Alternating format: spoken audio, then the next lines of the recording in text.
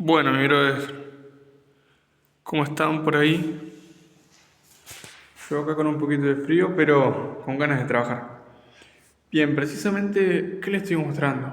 Bueno, hoy voy a desarrollar ese tema preciso. Inductancia. ¿No? ¿Qué es una inductancia? Ya vamos a hablar de qué es una inductancia y lo vamos a ir entendiendo a medida que vayamos realizando ejercicios. Ahí tenemos un circuito con una serie de componentes que ya conocemos.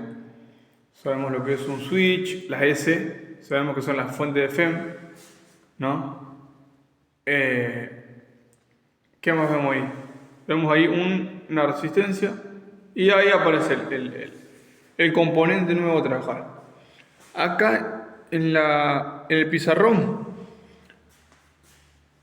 las líneas de paso para entender cómo es que vamos a encarar los problemas, cuál es la estrategia para resolver qué clase de circuito. Bueno, los circuitos resistencia e inductancia. Acuérdense que inductancia es la propiedad o la característica de un inductor. A modo de intro, recuerden que el inductor, al igual que en un capacitor, son capaces de almacenar energía. La realidad es que ambos almacenan energía de formas diferentes. Uno utiliza un campo eléctrico para almacenar energía y un campo magnético. En concreto los problemas entonces lo vamos a resolver de esta manera. Primero vamos a identificar, paso 1, los componentes relevantes. Una diferencia clave es que cuando en un circuito se incluye un inductor, todos los voltajes y las corrientes y los capacitores son funciones ¿de qué? Del tiempo. Nosotros cuando hablábamos hoy, no hoy justamente, pero hablábamos de capacitores, nosotros consideramos corrientes estables y constantes. Pero ¿cuál es la diferencia? Que nosotros para hacer funcionar este inductor vamos a necesitar variar la corriente eléctrica, ¿no? Por eso vamos a depender del tiempo.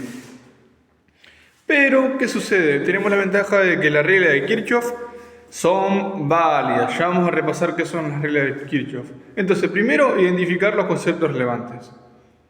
Punto 2. Plantear. ¿Qué vamos a plantear para resolver los problemas? Bueno, un diagrama, como ese que está ahí, ¿no? En el cual nos indiquen las cantidades conocidas y desconocidas, ¿no? Vamos a aplicar las reglas de las uniones de Kirchhoff también, ¿no? A los nodos y vamos a identificar las incógnitas. Luego vamos a ejecutar. Ya identificado y planteado el problema, vamos a ejecutar la solución del mismo, ¿no? Vamos a aplicar la ley de mallas o ley de Kirchhoff, ¿no? A cada malla presente. En este caso, en ese problema, vean si tenemos dos mallas. Entonces nosotros vamos a tener que aplicar la ley de Kirchhoff, en ese caso para las dos mallas. Es muy importante para este caso, el signo correcto para la diferencia de potencial, ¿no? Para ello, ¿cómo nos vamos a identificar el signo? Bueno, vamos a aplicar la ley de Lenz. Que la ley de Lenz viene de la mano con la ley de Ampère, ¿se acuerdan? Y después vamos a recordar que la FEM inducida o autoinducida se opone a cualquier cambio de corriente. Bueno, de esa manera se verificó la existencia de una corriente experimentalmente. Y vamos a recordar la ley de Kirchhoff, que cuando pasa a través de un inductor, vamos a aplicar, esta es la aplicación que está acá, al caso del inductor. ¿Qué sucede si la corriente pasa, dice, a través de un inductor en el mismo sentido que la corriente, entonces hay una caída de potencial dada por ahí, ¿no? Entonces, ¿qué es lo que pasa? Acá vamos a dar un ejemplo, que si nosotros establecemos un sentido de corriente en este sentido, ¿no? Y ya vamos a ver, puede tener cualquier sentido, nosotros lo vamos a proponer hipotéticamente, sucede que acá la corriente va a seguir este sentido, ¿no? Claro. Y nosotros sabemos que acá la fuente de FEM va a establecer un sentido de corriente para acá. Este que está acá es el sentido de estudio. Y este es el sentido de la corriente.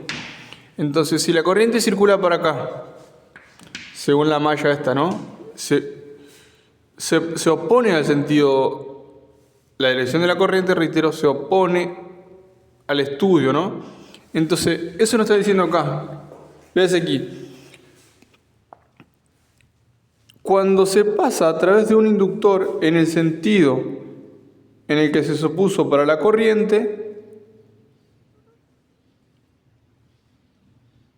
en el mismo sentido, en este caso, este es nuestro hipotético sentido de la corriente, ¿no? Y supóngase que aquello es el sentido verdadero. Entonces, en este caso se oponen. ¿Y qué es lo que pasa si se oponen? Bueno, en ese caso va a haber un aumento de potencial.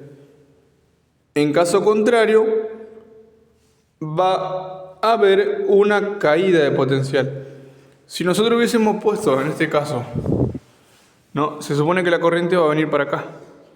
Entonces, en esta segunda malla, si nosotros establecemos un sentido de la corriente así, en ese caso nosotros tenemos la intensidad de corriente real y esta la hipotética en la misma dirección. Entonces, en este caso, cuando entre el inductor, va a haber una caída de potencial ahí. Eso es lo que nos dice esto.